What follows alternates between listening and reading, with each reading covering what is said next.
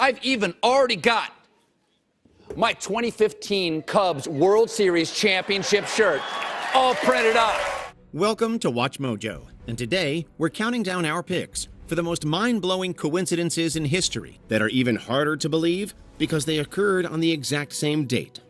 It's July the 4th. It was 50 years ago today our nation was born. Number 10. Twins die in separate but identical accidents. March 5th, 2002. Everyone should have a twin. Yes. I mean, it's the greatest thing on earth. Identical twins share a bond like no other. Same birthday, identical DNA, and some even claim they can feel each other's pain. But what are the odds of identical twins meeting their end in separate accidents on the same day, in the same location, and in an eerily similar manner? On March 5, 2002, a 70-year-old man was riding his bike in Rahe, Finland, when he was hit by a truck and killed instantly. Roughly 2 hours later, his identical twin brother cycled about a mile away on the same road when he too was hit by a truck and lost his life. The incidents were especially confounding, as the family hadn't even been informed of the first accident when the second one occurred. Just say when. Do you want to see how it's shaping up? No. I trust you to make us look good. Number 9. The deaths of actor Josh Ryan Evans and his on-screen character, August 5th, 2002. Disaster. Timmy doesn't like the sound of that. Hollywood actor Josh Ryan Evans was born with achondroplasia, a rare disease that stunted his growth and gave him the appearance of a child even in adulthood. Rather than let this hold him back, Evans used his unique appearance to his advantage, snagging roles as both children and adults in films like How the Grinch Stole Christmas and the soap opera Passions. I hate Christmas! In 2002, after 3 years on the show, Evans left Passions to undergo critical heart surgery, and his character was killed off. In a bizarre twist, the episode where his character dies aired on August 5th, the same day Evans tragically passed away during surgery. He was only 20 years old and just 3 feet 2 inches tall. Timmy, please. No. Number 8. The US and the UK get their own Dennis the Menace, March 12, 1951. Dennis the Menace was a character never seen before in British comics. He was restless, impatient, and above all, naughty. Depending on where you're from, Dennis the Menace might bring to mind either a blonde, round-faced troublemaker in dungarees or a spiky-haired rascal in a red and black striped shirt. This is because there are actually 2 versions of Dennis. The former, created by American animator Hank Ketchum, while the latter was the brainchild of British cartoonist David Law. What? This? Ta-da! Here's where it gets weird. Despite sharing the exact same name and other common traits, these 2 characters had absolutely nothing to do with each other. Neither Ketchum nor Law knew about the other's creation beforehand. Even stranger, both comics hit shelves in the US and the UK on the exact same day, March 12, 1951. Uh-oh. Number 7. The deaths of multiple writers and 1 president, November 22nd. And it was so incredible. These 2 men died the same day, dying in such a different circumstances. November 22nd, 1963 is a date etched in history for all the wrong reasons. On that fateful day, Dallas, Texas was bustling with crowds eager to see President John F. Kennedy. But as his motorcade rolled through, Kennedy was fatally struck with 2 bullets fired from a nearby building by Lee Harvey Oswald. I seen his face when it hit. His ear blew off, and he turned just real white. The media frenzy over this assassination was so overwhelming that many didn't notice the literary world also took a hit. Renowned English writers C.S. Lewis, famous for the Chronicles of Narnia series, and Aldous Huxley, best known for Brave New World, both died on the same day. Coincidentally, exactly 30 years later, on November 22, 1993, another British author, Anthony Burgess, who wrote A Clockwork Orange, also passed away. I can only say that I wish I'd written it, though. I wish I'd had the idea. I wish I knew what Huxley had known. Number 6. Theodore Roosevelt's wife and mother die, February 14, 1884. The loss of his mother was blow enough, but his wife's passing crushed him to the soul.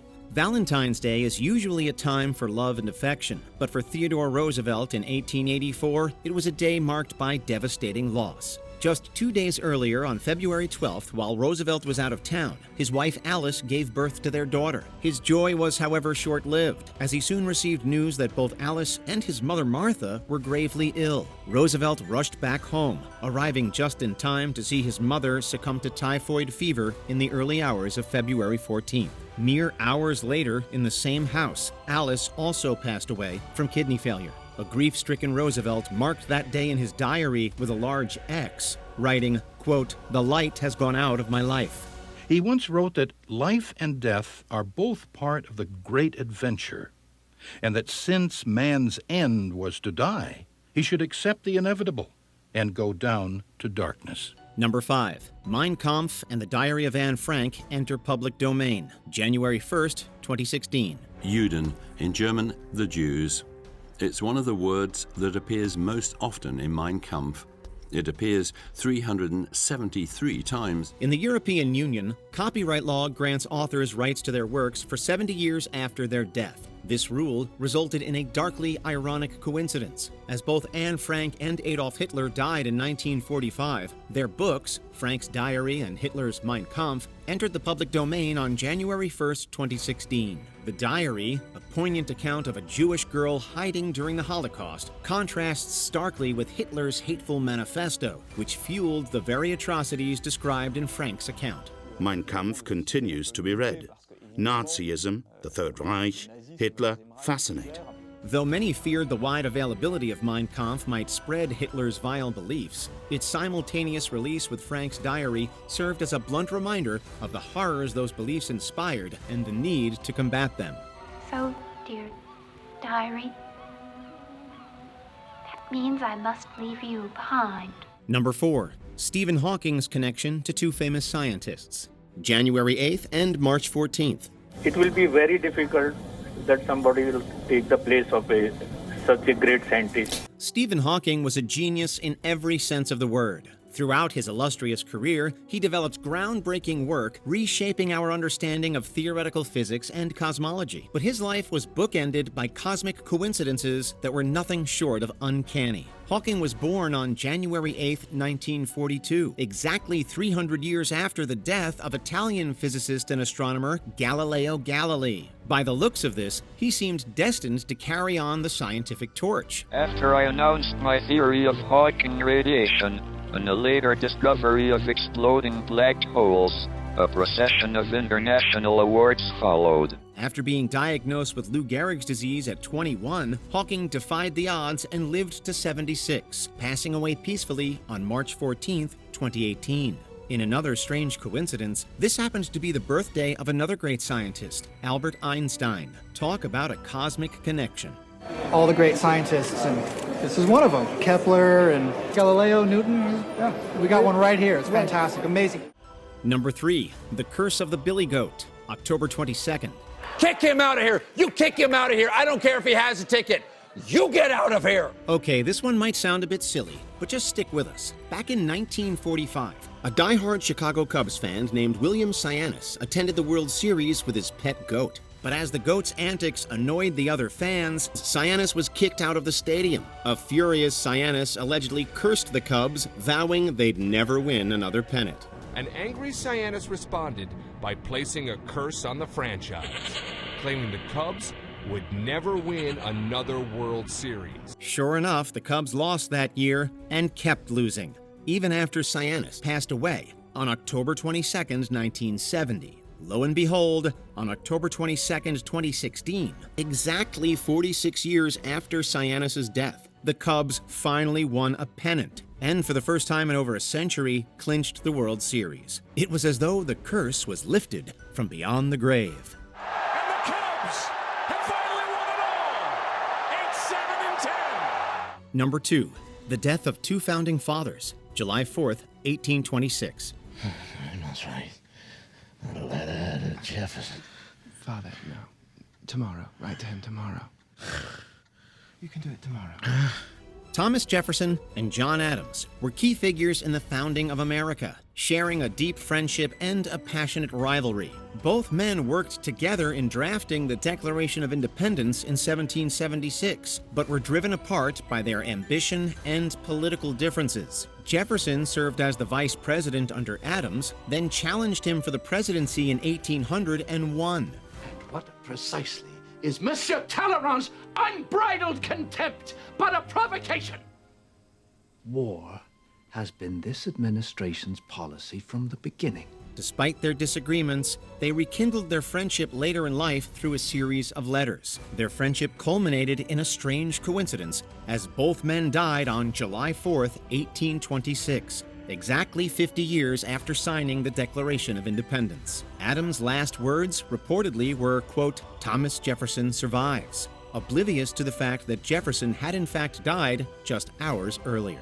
This is the letter that got them started up again. That's right. And it's an interesting letter because... January 1st, 1812. Before we continue, be sure to subscribe to our channel and ring the bell to get notified about our latest videos.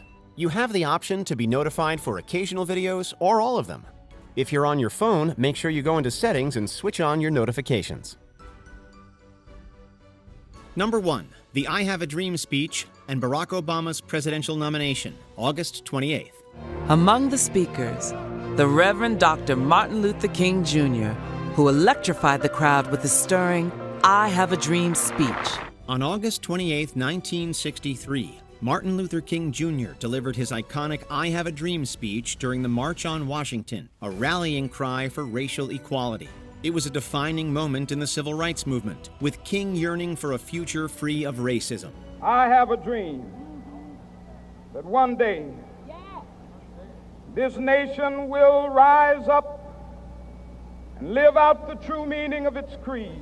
While we're still chasing that vision, a significant stride was made exactly 45 years later. On August 28, 2008, Barack Obama accepted the Democratic nomination for president, becoming the first black nominee of a major U.S. political party. The symbolism wasn't lost on anyone, especially the late Congressman John Lewis, who had been at the March on Washington and recognized this moment as a step towards realizing King's dream.